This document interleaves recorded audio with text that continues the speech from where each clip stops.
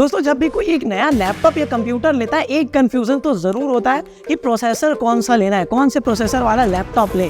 And processor से related काफ़ी सारे कन्फ्यूजन्स होते हैं। प्रोसेसर होता क्या है, काम क्या करता है, एंड इवन कुछ लोगों को ये भी पता नहीं होता कि प्रोसेसर नाम की भी कोई चीज़ होती है लैपटॉप, कंप्यूटर, मोबाइल्स के अंदर। सभी का नहीं पता, बट मुझे तो पता नहीं था जब मुझे अपना फर्स्ट लैपटॉप मिला। But let's leave everything aside. आपको भी अगर ऐसे कन्फ्यूजन्स है ना प्रोसेसर से रिलेटेड, तो इस वीडियो को देखने के बाद आपका पूरा कन्फ्यूजन क्लियर हो जाएगा। इसके अलावा बहुत सारे प्रोसेसर आने लगे हैं आजकल मार्केट में। इंटेल i9, i5, i7 अलग अलग लास्ट में कुछ डिजिट्स होते हैं, कोई लेटर्स होते हैं। तो इन सब का मतलब क्या है, यही मैं आपको बताने वाला हूँ। तो सबसे पहले बेसिक से स्टार्ट करते हैं, आखिर प्रोसेसर होता क्या है। तो प्रोसेसर CPU या सेंट्रल प्रोसेसिंग यूनिट जो भी कह लो, तीनों ही सेम चीज़ है। अभी तक आपको यही लग रहा हो कि वो जो पूरा बड़ा डब्बा होता है वही CPU होता है, बट ऐसा नहीं होता। CPU छोटा सा होता है और उसी को CPU बोलते हैं, प्रोसेसर को। एंड इसके अलावा it is the brain of the computer. ये तो आपको पता ही होगा, आपको स्कूल में भी बताया गया होगा। बट एक्चुअल में जितने भी कंप्यूटेशनल टास्क जो होते हैं ना, जैसे सॉफ्टवेयर को रन करना, वो प्रोसेसर के ऊपर ही डिपेंड करता है। जो मेन स्पीड है वो प्रोसेसर के ऊपर ही डिपेंड करता है। आप कितने हैवी सॉफ्टवेयर्स इंस्टॉल कर पाओगे, स्मूथली रन कर पाओगे, ये प्रोसेसर के ऊपर डिपेंड करता है। जितना अच्छा पावरफुल प्रोसेसर होगा उतने ही सॉफ्टवेयर्स, अच्छे सॉफ्टवेयर्स आप रन कर पाओगे। लोडिंग कैपेसिटी भी आप बोल सकते हो, जितना अच्छा पावरफुल प्रोसेसर उतना हैवी लोड आप दे सकते हो अपने सिस्टम के अंदर। तो ओवरऑल ये एक क्रूशियल कंपोनेंट है आपके सिस्टम के मेन परफॉर्मेंस के लिए।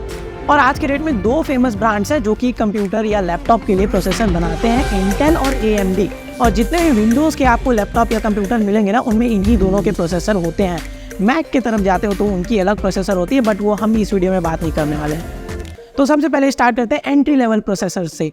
तो ये सबसे बेस्ट रहेगा कैजुअल यूज़र के लिए, जिनको लाइट यूजेस करना है, काफ़ी बेसिक टास्क होता है, मल्टीमीडिया कंजम्पशन है थोड़ा बहुत, और अगर ऑफिस टास्क है या फिर बेसिक वेब ब्राउजिंग है तो उनके लिए ये बेस्ट रहेगा। अब इनमें कौन कौन से प्रोसेसर आते हैं, सबसे पहले तो इंटेल की पेंटियम सीरीज़ के प्रोसेसर आते हैं, सिलेरॉन सीरीज़ के प्रोसेसर्स आते हैं। इसके अलावा AMD की तरफ आप जाते हो तो AMD में एथलॉन सीरीज़ आता है। तो ये सारे जो प्रोसेसर हैं वो बेस्ट रहेंगे कैजुअल यूज़र्स के लिए।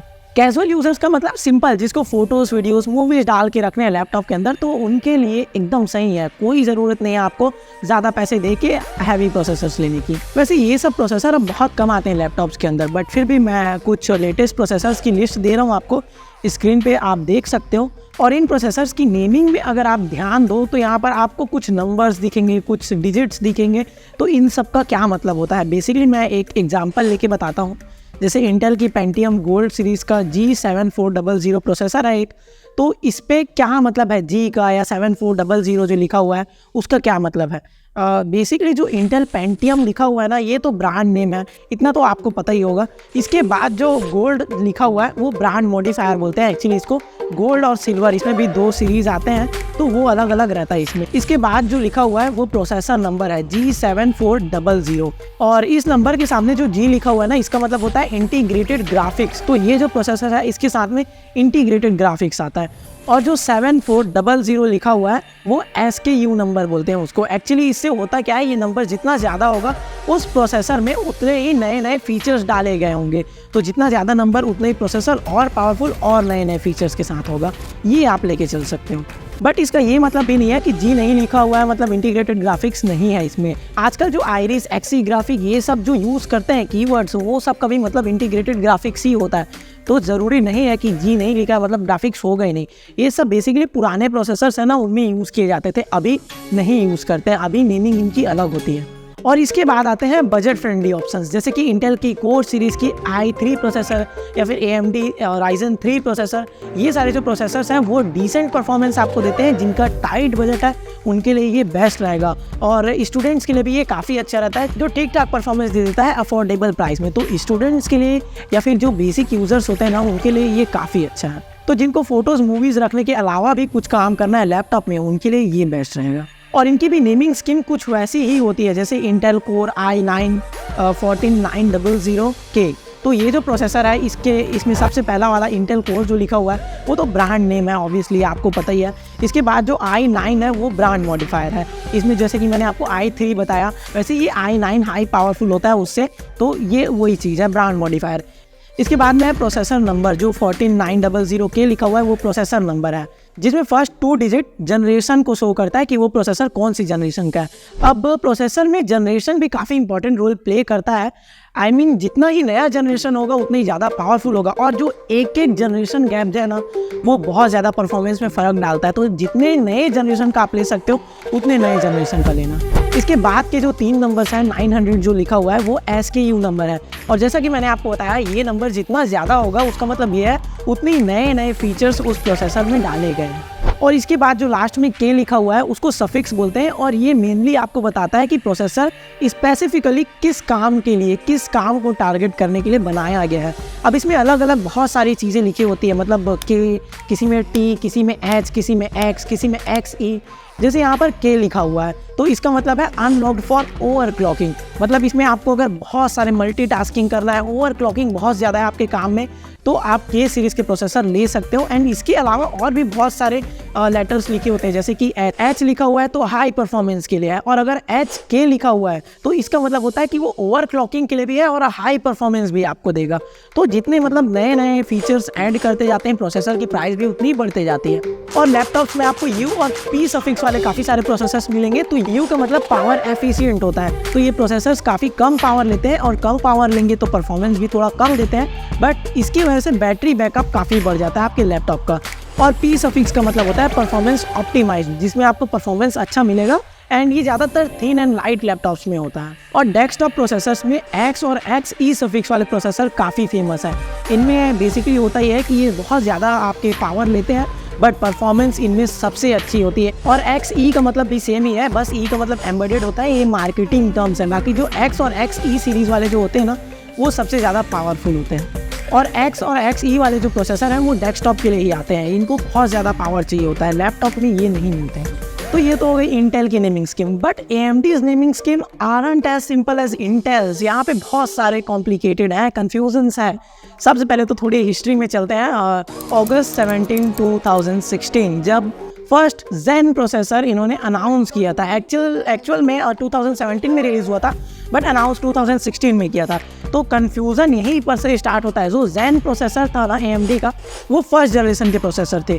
इसके बाद इन्होंने Zen प्लस प्रोसेसर निकाले जो सेकेंड जनरेशन था, फिर आया Zen 2 जो कि थर्ड जनरेशन का प्रोसेसर था, फिर Zen 3 जो कि फोर्थ जनरेशन, फिर Zen 4 जो कि फिफ्थ जनरेशन। तो यहीं पे कन्फ्यूज़न थोड़ा स्टार्ट हो जाता है।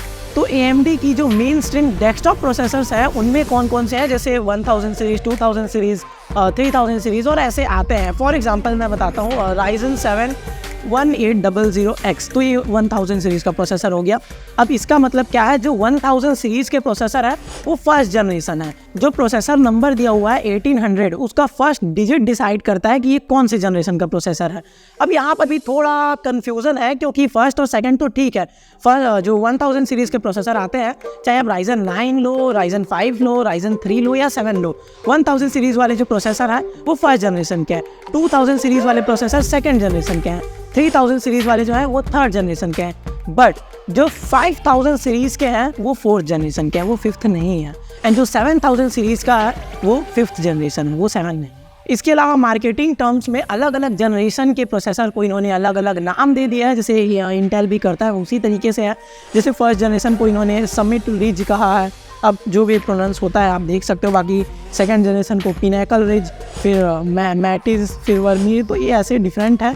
तो ये सबसे ज़्यादा कंफ्यूज होने की ज़रूरत नहीं है तो ये first, second, third, fourth generation ही, और कुछ नहीं। और प्रोसेसर नंबर के बाद ये जो X या फिर K सफिक्स लगा हुआ है उसका मतलब तो आपको पता ही है, मैंने जैसा कि बताया आपको इंटेल की नेमिंग स्कीम में, बस वैसा ही होता है इसमें भी। इसके बाद मिड रेंज प्रोसेसर्स आते हैं, जैसे कि इंटेल की i5 या फिर AMD Ryzen 5। ये सारे प्रोसेसर मॉडरेट गेमर्स के लिए या फिर मॉडरेट कंटेंट क्रिएशन, एडिटिंग करना है, उन सब के लिए ये काफ़ी अच्छा होता है। आपको कोडिंग वगैरह करना है, कोडिंग प्रोग्रामिंग, उन सब के लिए भी ये बेस्ट है। तो ये प्रोसेसर्स आपको अच्छे परफॉर्मेंस दे देते हैं मिड प्राइस रेंज में। एंड इसके बाद जो लेवल आता है वो हाई परफॉर्मेंस प्रोसेसर्स का आता है, जैसे कि इंटेल की i7 या i9 या फिर AMD Ryzen 7, AMD Ryzen 9। ये सारे प्रोसेसर्स हाई परफॉर्मेंस देते हैं। तो अगर आप एक प्रोफेशनल एडिटर हो, प्रोफेशनल गेमर हो, तो आपके लिए i9 या i7 या फिर Ryzen की 7 या 9 वो बेस्ट रहेगा। बहुत अच्छी आपको परफॉर्मेंस मिल जाएगी इसमें। एंड पर्सनल कंप्यूटर में ये सबसे हाईएस्ट पावरफुल प्रोसेसर मिलते हैं आपको। इसके बाद स्पेशलाइज्ड प्रोसेसर्स आते हैं, जैसे कि इंटेल की Xeon सीरीज़ या फिर AMD की थ्रेडरिपर सीरीज़। ये सारे जो प्रोसेसर्स होते हैं ना, वो वर्क स्टेशन या फिर बहुत आपको हैवी लोड डालना है उसके लिए ये ठीक रहता है। ज़्यादातर सर्वर्स और वही वर्क स्टेशन में ही यूज़ करते हैं। पर्सनल कंप्यूटर के लिए i7 i9 बहुत होता है। So this was all about the processors. जो भी डाउट है आपके मन में और कुछ क्वेश्चंस है वो सब कमेंट सेक्शन में आप पूछ सकते हो। And hope this video helps you. आपको अच्छा लगा तो प्लीज़ लाइक करिए। एंड मैंने बहुत सारे सजेशंस भी दिए हैं, अपनी ओपिनियन आपको कौन सा लैपटॉप लेना चाहिए वो मैं लिंक दे रहा हूँ डिस्क्रिप्शन में, इधर आई कार्ड में भी डाल दूंगा, वहाँ से आप देख सकते हो। बहुत अच्छे लैपटॉप्स मॉनिटर्स की गाइड भी है, वो आप देख सकते हो आपको अगर लेना हो तो। And remember to subscribe and like to the channel.